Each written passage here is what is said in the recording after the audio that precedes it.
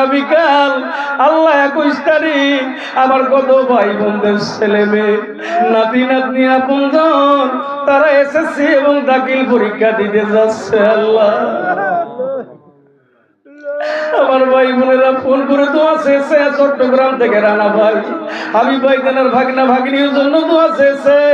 ডাইনে আমার একজন ভাই তিনি দোয়া চেয়েছে, মসজিদের ইমাম সাহেব তেনার সন্তানের জন্য দোয়া চেয়েছে, পরীক্ষা দিবে।